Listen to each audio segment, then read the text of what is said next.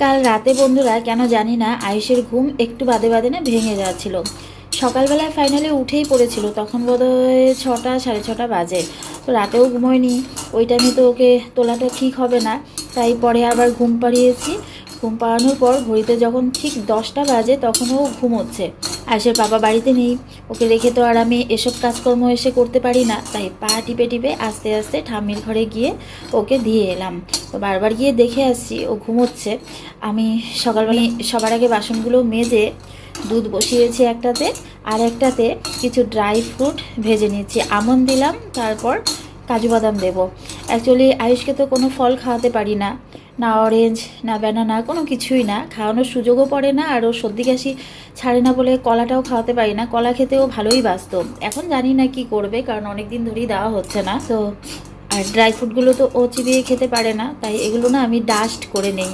একটুখানি আমন্ড নিলাম, সেরকম কিছু না, একটু আমন্ড আর একটু কাজু বাদাম দেব।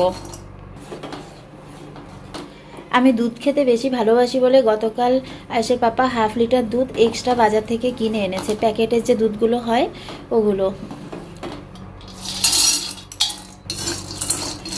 এবারের ভাঙা কাজুটা না বন্ধুরা দোকানে খুব সুন্দর এসেছিল, ডাস্টই তো করবো, তাই আর গোটাটা বেশি দাম দিয়ে আনাইনি, ভাঙা কাজুটাই আনিয়েছি। সংসার করতে গিয়ে মেয়েরা এরকম ছোটোখাটো হিসাব করেই থাকে, তাই না বলো? আমিও যত দিন যাচ্ছে তত অনেক কিছুই শিখে যাচ্ছি। যখন মেয়ে ছিলাম তখন এত সব বুঝতাম না, মাকে দেখতাম আর অবাক হয়ে যেতাম। এখন ভাবছি মায়ের জায়গাটা বোধহয় আস্তে আস্তে আমিও দখল করে নিচ্ছি। এই দেখো বন্ধুরা, সুন্দর বাদাম গুঁড়োটা হয়ে গেছে। এবার আমি কৌটোর মধ্যে এটা ভরে রাখবো, ওর খাবারে একটু একটু করে প্রতিদিন অ্যাড করব। এটা এখনই জল দিতে হবে? আমাদের এই জায়গাটা বন্ধুরা এবড়ো খেবড়ো হয়ে গেছিলো, একদম বাইক উঠাতে অসুবিধা হতো, তাই এটা একটুখানি জায়গা সিমেন্ট দিয়ে প্রলেপ দেওয়া হয়েছে।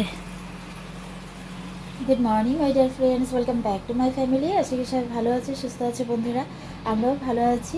তো সকালবেলায় কাজকর্ম পুরোদমে শুরু হয়ে গেছে। এতক্ষণ আয়ুষ ছিল ঠাম্মির কাছে, এখনও আছে, ঘুমোচ্ছে। তোর বাবা চলে এসছে, এখন আর কোনো টেনশন নেই। এখন যদি উঠেও পড়ে তাহলে ও একটু রোদে নিয়ে দাঁড়াতে পারবে। তা আমি যেহেতু সমস্ত পাউডার করা শুরু করেছি, তো ভাবলাম একটু মুড়িও ছাতু করে রাখি, ওকে মাঝে মধ্যে মুড়ির ছাতু দিয়ে থাকি, তো ছাতুটা করা থাকলে আমার সুবিধা হয়। মুড়িতে অনেক ধুলোবালি থাকে বন্ধুরা, তাই ভালো করে চালনিতে চেলে নিচ্ছি। আর চালনিটা আমি রাতেরবেলায় ধুয়ে উপর করে রেখেছিলাম যাতে শুকিয়ে থাকে একদম।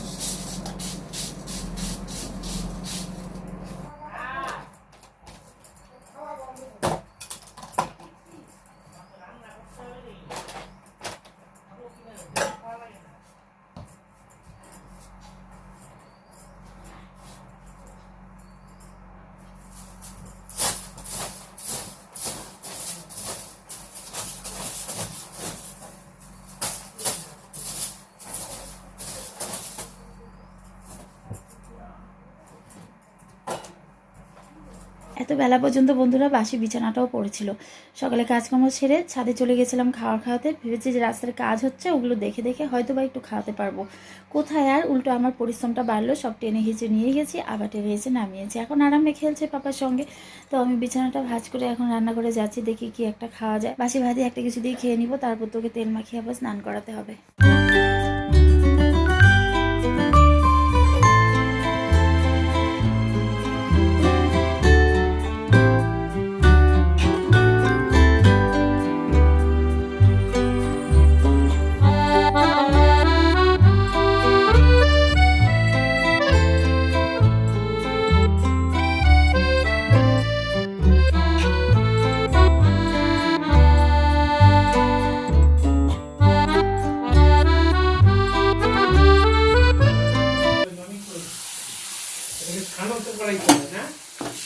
আমি একটু না খায়া চান করাতে পারবো না।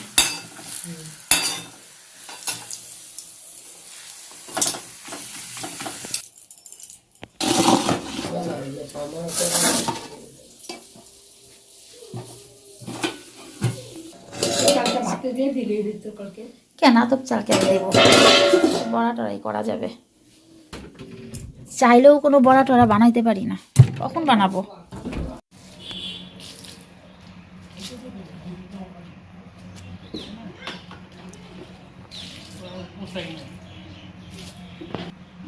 তোমারও জল দিতে ইচ্ছে করছে পাপার সঙ্গে? হ্যাঁ, বড় হয়ে নাও তারপরে দেবে। এই যে দেখো পাপা ব্রিজ বানিয়েছে বাইক আসার জন্য। শেষ হলো দেওয়া? ওই যে ও কি জিজ্ঞেস করলো। চল খাওয়া ছেড়ে অনেক কষ্টে বন্ধুরা আয়ুষকে খাবার খাইয়ে এবার এলাম নিজে খেতে। আয়ুষের পাপা তো জানো নিরামিষ একদমই খেতে পারে না। শনিবার দিন নিরামিষ খাওয়া হতো, কিন্তু শনিবার রাতে বেলায় ওকে ডিমের অমলেট বা পোচ করে দিতে হতো। রাত 9টার পর নাকি নিরামিষ চলে যায়।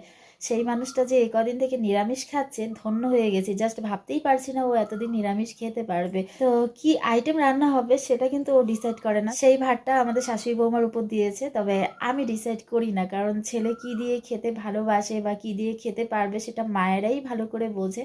তা আমার শাশুড়ি মাই ডিসাইড করেন কি রান্না হবে। এমনিতেও যখন নর্মাল রান্না হতো তখনও আমি জিজ্ঞেস করেই রান্না করতাম। তো আজকে কি রান্না হয়েছে চলো দেখে নেওয়া যাক।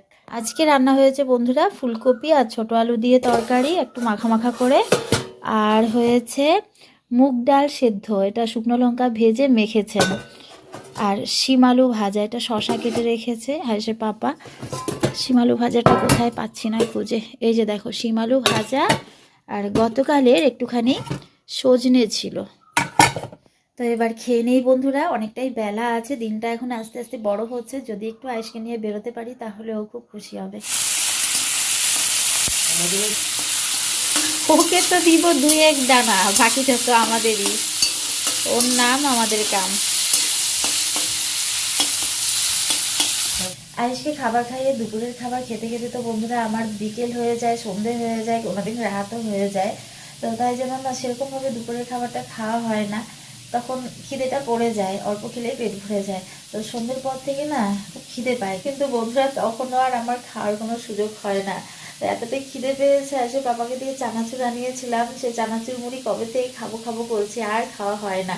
তো কীভাবে সময় পার হয়ে যায়, এসে রাতের খাবার খাওয়ার টাইম হয়ে গেল। তো ডাল গরম করেছি, একটুখানি আলু ভাজা দিচ্ছি, আজকে কয়েক দানা দেবো আর কি, বাকিটা তো আমাদেরই খেতে হবে।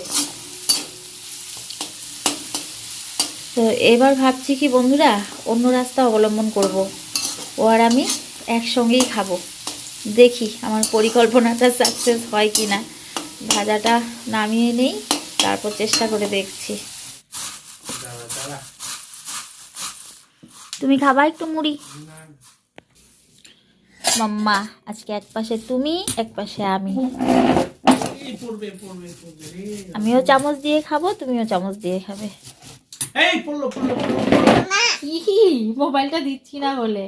এবার দেখি, ওকে খাওয়াতে খাওয়াতে তো প্রচুর টাইম থাকে, নিজেও খেয়ে নেব। আজকে থেকে এই প্ল্যানটাই কার্যকরী করছি। কি? হ্যাঁ হ্যাঁ মাম্মা দিচ্ছি, মোবাইলটা চালাচ্ছি না, খাবে এখন। মোবাইলটা দেখে দেখে ওই ধান্দায় থাকে, মানে ও ইচ্ছে করে খায় না, ইচ্ছে বিরুদ্ধে গিয়ে খাওয়াতে হয়। হ্যাঁ, রাতের খাবার দাবার কমপ্লিট বন্ধুরা। আয়ুষও ঘুমিয়ে পড়েছে, বাবার সঙ্গে ঘুমোচ্ছে। তো আমি বিছানায় ওঠার আগে আয়ুষের একটা ছোট্ট কাজ করে নিচ্ছি। ওর খাবার এনেছিল 2-3 দিন আগেই এনেছিল, তো শেষ হয়েছে গতকাল রাতে। আমার আর ওর খাবারটা কৌটোতে ভরা হয়নি। তো এই যে দেখো সেরেলেক এনেছে, এবার অন্যবার নেশটা মানতো, তো এবার চেঞ্জ করা হয়েছে। চেঞ্জ করলে যদি ওর একটু রুচি ফেরে এটা কৌটোতে ভরবো। আর এই যে সকালবেলায় মুড়ির গুঁড়োটা করেছিলাম, এটাও ভরা হয়নি কৌটোতে, এটা ওই মিক্সি বাউলটাতেই আছে। তো এই দুটো দেখো, এই যে দুটো কৌটাতে ভরে তারপর আমি শুতে যাব। নেস্টামের থেকে সেলেক্টটা মনে হচ্ছে কোয়ান্টিটিতে বেশি, কৌটোটা একদম পুরো ভরে গেছে, স্পুনটা রাখার জায়গা নেই। আর মুড়ির গুঁড়োটাও আজকে অনেকটাই হয়ে গেছে, একদমই ভরে গেছে কৌটোটা, কোনোটাতেই স্পুন ঢোকাতে পারবো না।